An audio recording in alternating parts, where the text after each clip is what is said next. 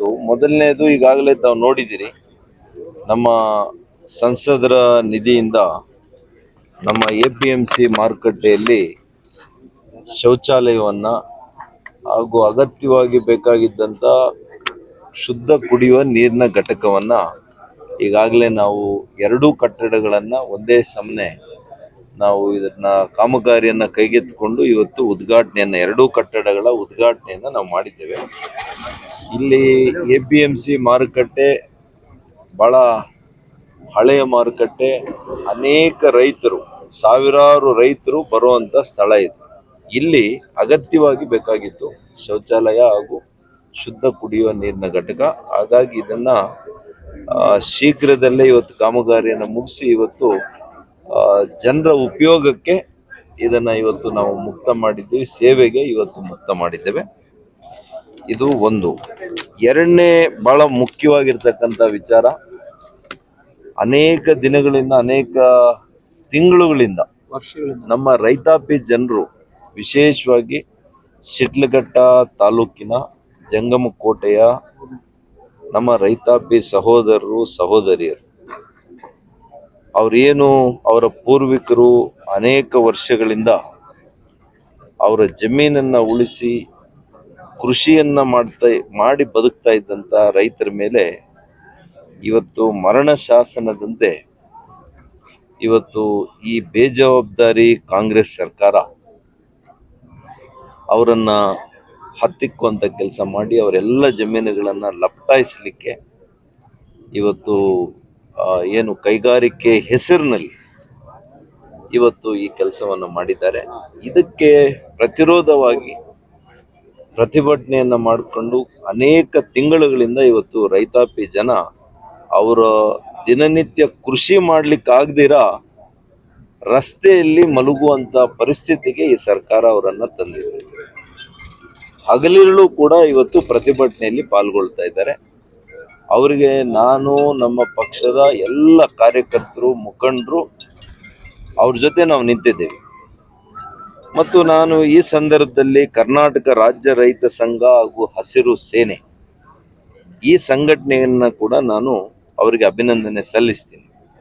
ಇವರು ರಾಜ್ಯಾಧ್ಯಕ್ಷರು ನಮ್ಮ ಕೋಡಿಹಳ್ಳಿ ಚಂದ್ರಶೇಖರ್ ಅವರು ನನ್ನ ಜೊತೆ ಮಾತನಾಡಿದ್ದಾರೆ. ಅದೇ ರೀತಿ ನಮ್ಮ ಜಿಲ್ಲೆಯ ಭಕ್ತರಳ್ಳಿ ಬೈರೇಗೌಡರು, ಮಂಜುನಾಥ್ ಗೌಡರು, ನಮ್ಮ ಮಾಜಿ ಶಾಸಕರು, ನನ್ನ ಆತ್ಮೀಯರು ರಾಜಣ್ಣವರು, ನಮ್ಮ ಜಿಲ್ಲೆಯ ಅಧ್ಯಕ್ಷರು, ನಮ್ಮ ಪಕ್ಷದ ರಾಮಚಂದ್ರೇಗೌಡರು ಎಲ್ಲರೂ ಕೂಡ ಮಾತನಾಡಿ ಅವರಿಗೆ ಸಹಕಾರ ಕೊಡಬೇಕು ಅಂತ ಹೇಳಿದ್ದಾರೆ. ನಾನು 100ಕ್ಕೆ 100 ಸಹಕಾರ ಕೊಡ್ತೇನೆ.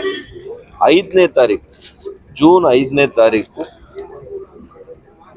ಶಿಡ್ಲಘಟ್ಟ ಮತ್ತು ಜಿಲ್ಲಾಧಿಕಾರಿಗಳ ಕಚೇರಿ, ಚಿಕ್ಕಬಳ್ಳಾಪುರ ಜಿಲ್ಲೆಯ ಜಿಲ್ಲಾಧಿಕಾರಿ ಕಚೇರಿಗಳಿಂದ 10 ಗಂಟೆ 30 ನಿಮಿಷಕ್ಕೆ 10:30 ಗಂಟೆಗೆ ಪ್ರಾರಂಭ ಆಗಿ ವಿಧಾನಸೌಧ ಚಲೋ ಅಂತ ಬೈಕ್ ರ್ಯಾಲಿಯನ್ನು ಹಮ್ಮಿಕೊಂಡಿದ್ದಾರೆ.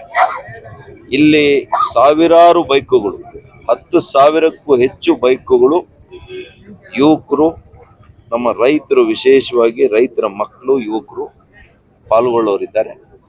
ಇದರಲ್ಲಿ ನಾನು ಕೂಡ ಪಾಲ್ಗೊಳ್ಳುತ್ತೇನೆ. ನಾನು ನಮ್ಮ ಯುವ ಮಿತ್ರರಿಗೆ, ನೀವು ಯಾವುದೇ ತಾಲೂಕಿನವರಾಗಿರ್ಬೋದು, ಈ ಹೋಬಳಿ ಬಿಟ್ಟು ಬೇರೆ ಹೋಬಳಿಗಳಾಗಿರ್ಬೋದು, ಶಿಡ್ಲಘಟ್ಟದಲ್ಲಿ ಇವತ್ತು ನಿಮ್ಮ ಸಹೋದರರಿಗಾದಂಥ ಅನ್ಯಾಯ ನಾಳೆ ನಿಮಗೆ ಆಗದಿರ ಇರಬೇಕು ಅಂದರೆ ನೀವು ಅವ್ರ ಜೊತೆ ಈ ಕಷ್ಟದಲ್ಲಿ, ಅವ್ರಿಗೆ ಬಂದಿರೋ ಕಷ್ಟದಲ್ಲಿ ನೀವು ಅವ್ರಿಗೆ ಇವತ್ತು ಸಹಾಯ ಹಸ್ತವನ್ನು ಚಾಚಬೇಕು, ಅವ್ರ ಜೊತೆ ನಿಲ್ಲಬೇಕು, ಸಹಕಾರ ಕೊಡಬೇಕು. ನೀವು ಕೂಡ ಈ ಒಂದು ಏನು ಬೈಕ್ ರ್ಯಾಲಿ ಇದೆ ಇದರಲ್ಲಿ ಪಾಲ್ಗೊಳ್ಬೇಕು ಅಂತೇಳಿ ನಾನು ಮನವಿ ಮಾಡ್ತೇನೆ. ನಾನು ಕೂಡ ಇವ್ರ ಜೊತೆಲಿ ಭಾಗಿಯಾಗ್ತೇನೆ, ಚಾಲನೆಯಲ್ಲಿ ಭಾಗಿಯಾಗ್ತೇನೆ ಅಂತೇಳಿ ನಾನು ಈ ಸಂದರ್ಭದಲ್ಲಿ ಹೇಳಲಿಕ್ಕೆ ಬಯಸ್ತೇನೆ. ಹಾಗಾಗಿ ಈಗ ಅವರು ಕೊಟ್ಟಿದ್ದಾರೆ, ಅವರು ಕೂಡ ಅಪಾರವಾದಂಥ ಆಡಳಿತದ ಅನುಭವ ಮತ್ತು ಮಾನ್ಯ ದೇವೇಗೌಡರು, ಹೆಗಡೆಯವರು, SM ಕೃಷ್ಣರವರು, ಈ ರೀತಿಯ ಒಂದು ದಿಗ್ಗಜರ ಸಾಲಿಗೆ ನಮ್ಮ ಯಡಿಯೂರಪ್ಪನವರು, ಇವ್ರ ಸಾಲಿಗೆ ಸಿದ್ದರಾಮಣ್ಣವರು ಕೂಡ ಸೇರ್ತಾರೆ. ಅವರ ಒಂದು ಅನುಪಸ್ಥಿತಿ ಖಂಡಿತವಾಗಿಯೂ ಕೂಡ ರಾಜ್ಯದಲ್ಲಿ ಕಾಣಿಸ್ತದೆ, ಅದರಲ್ಲೇನು ಅನುಮಾನ ಇಲ್ಲ. ಏನೇ ಭಿನ್ನಾಭಿಪ್ರಾಯಗಳು ನಮಗೆ ರಾಜಕೀಯವಾಗಿದ್ರು, ಆಡಳಿತದ ಅವರ ಒಂದು ಕ್ರಮ ನಾವು ಕೆಲವು ಬಾರಿ ವಿರೋಧ ಮಾಡಿದ್ರು, ಒಟ್ಟಾರೆಯಾಗಿ ಸಾಮಾಜಿಕ ನ್ಯಾಯಕ್ಕೆ, ಸಮಾನತೆಗೆ, ಶೋಷಿತ ವರ್ಗಗಳಿಗೆ ಕೆಲವು ಕಾರ್ಯಕ್ರಮಗಳು ಕೊಡೋದ್ರಲ್ಲಿ ಮಾನ್ಯ ಸಿದ್ದರಾಮಯ್ಯನವರು ಯಾವಾಗಲೂ ಕೂಡ ಈ ವರ್ಗಗಳ ಪರವಾಗಿದ್ದಂಥ ಒಬ್ಬ ಬ್ಯಾಕ್ವರ್ಡ್ ಕ್ಲಾಸ್ ಚಾಂಪಿಯನ್. ಅದರಲ್ಲಿ ಏನು ಎರಡು ಮಾತಿಲ್ಲ. ಅವರ ಮುಂದಿನ ಏನು ಇದಿದೆ ಅವರಿಗೆ ಒಳ್ಳೆಯದನ್ನು ಬಯಸ್ತೇನೆ.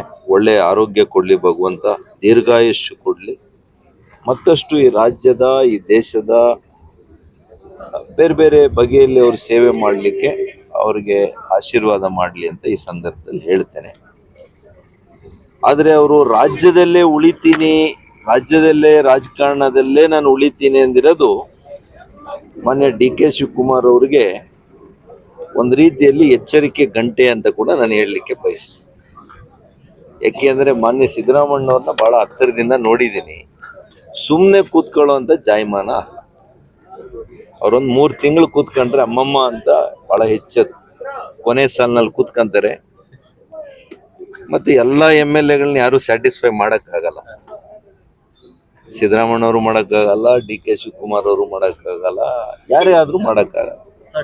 ಹಾಗಾಗಿ ಯಾರು ಆ ಒಂದು ಭಿನ್ನಾಭಿಪ್ರಾಯಗಳಿರುತ್ತೆ ಅಂತ ಶಾಸಕರೆಲ್ಲ ರ್ಯಾಲಿ ಮಾಡುವಂತ ರ್ಯಾಲಿ ಪಾಯಿಂಟ್ ಆಗ್ತಾರೆ ಈಗ ಸಿದ್ದರಾಮಯ್ಯ. ಹಾಗಾಗಿ ಇವತ್ತು ಪಾಪ ಮೊನ್ನೆ DK ಶಿವಕುಮಾರ್ಗೆ ಮೊದಲನೇದಾಗಿ ಶುಭಾಶಯ. ಬಹಳ ವರ್ಷಗಳಿಂದ ಅವರು ಹೋರಾಟ ಮಾಡಿದ್ರು, ಸಂಘಟನೆಯಲ್ಲಿ ಬಲವಾಗಿ ಪಾಲ್ಗೊಂಡಿದ್ರು, ಅನೇಕ ರೀತಿಯ ಹೋರಾಟಗಳನ್ನು ಮಾಡಿದ್ರು, ಅದಕ್ಕೆ ಕಷ್ಟಗಳಿಗೆ ಗುರಿ ಕೂಡ ಆಗಿದ್ರು. ಇದೆಲ್ಲದರ ನಡುವೆ ಅವರ ಛಲದಿಂದ ಇವತ್ತು ಮುಖ್ಯಮಂತ್ರಿ ಸ್ಥಾನವನ್ನ ದಕ್ಕಿಸ್ಕೊಂಡಿರೋದಕ್ಕೆ ಅವರಿಗೆ ನಾನು ಅಭಿನಂದನೆಯನ್ನ ಸಲ್ಲಿಸ್ತೇನೆ. ನಮ್ಮ ರಾಜಕೀಯ ಗುರುಗಳು ಮಾನ್ಯ SM ಕೃಷ್ಣ ಅವರು ಇದ್ದಿದ್ರೆ ನಿಜವಾಗ್ಲೂ ಅವರು ಸಂತೋಷ ಪಡ್ತಾ ಇದ್ರು. ಅವರಿಲ್ಲ, ಆದರೂ ಕೂಡ ಇವತ್ತು ಅವರಿಗೆ ಒಳ್ಳೇದಾಗ್ಲಿ ಅಂತ ನಾನು ಶುಭ ಕೋರ್ತೇನೆ. ರಾಜ್ಯಕ್ಕೆ ಒಳ್ಳೇದಾಗ್ಲಿ ಅವರಿಂದ. ಈಗ DK ಅವರು CM ಆದ್ರೆ ರಾಜ್ಯದಲ್ಲಿ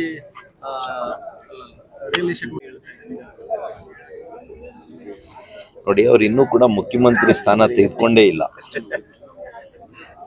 ಈ ರೀತಿಯ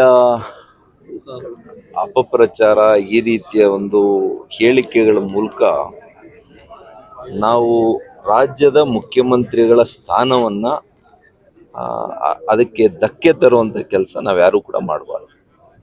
ಮೊದಲು ಅವರು ಮುಖ್ಯಮಂತ್ರಿಗಳಾಗಲಿ. ರಿಯಲ್ ಎಸ್ಟೇಟ್ ಅನ್ನುವಂಥ ವ್ಯಾಪಾರ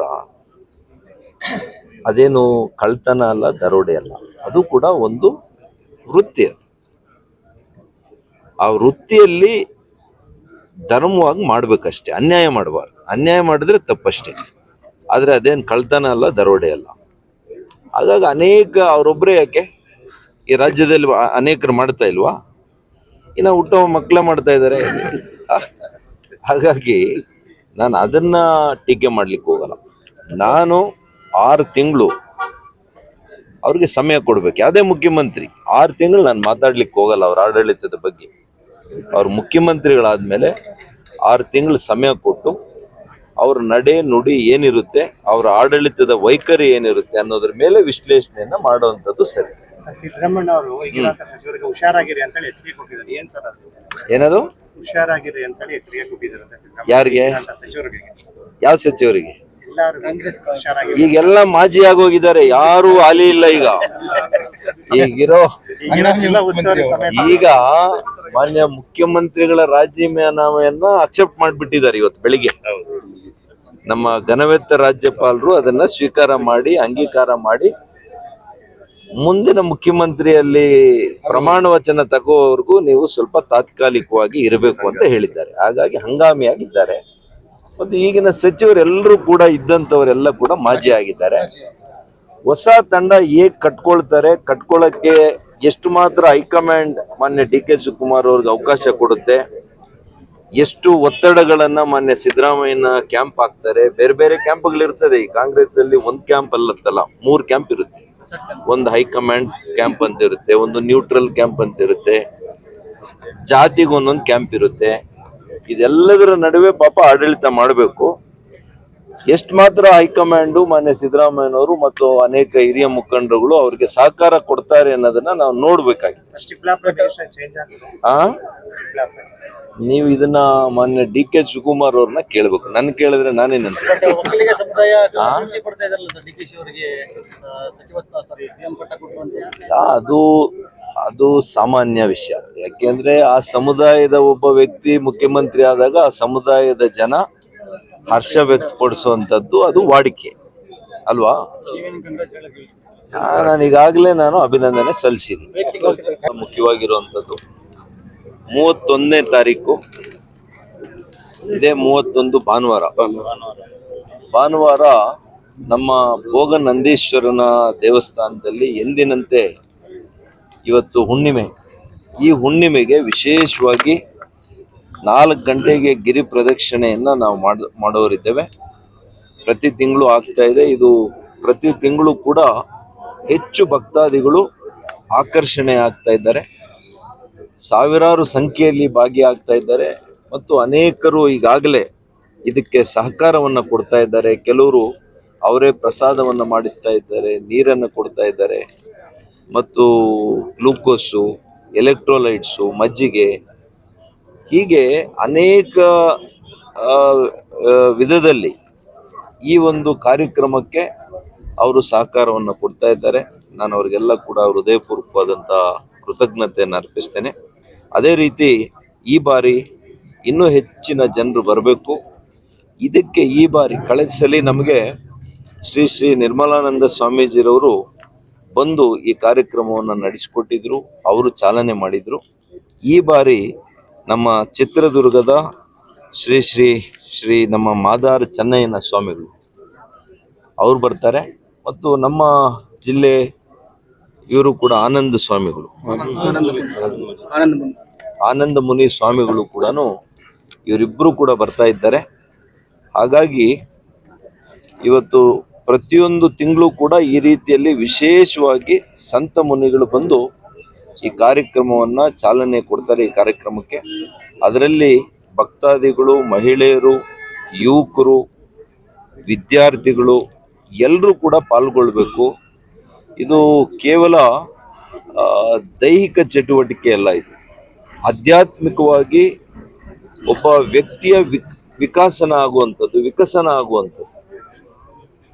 ಹಾಗಾಗಿ ಇವತ್ತು ಅನೇಕರಿಗೆ ನಾನು ಕೇಳ್ತಾ ಇದ್ದೀನಿ, 3 ತಿಂಗಳು 4 ತಿಂಗಳಾದ್ಮೇಲೆ ಅನೇಕರಿಗೆ ಬಹಳ ರೀತಿಯಲ್ಲಿ ಭಗವಂತನು ಆಶೀರ್ವಾದ ಮಾಡಿದ್ದಾನೆ. ಅವ್ರು ಏನು ಅನ್ಕೊಂಡಿದ್ರು ಅದೆಲ್ಲ ಕೂಡ ಈಡೇರಿದೆ ಅಂತ ನನಗೆ ಹೇಳ್ತಾ ಇದ್ದಾರೆ ಈಗಾಗಲೇ.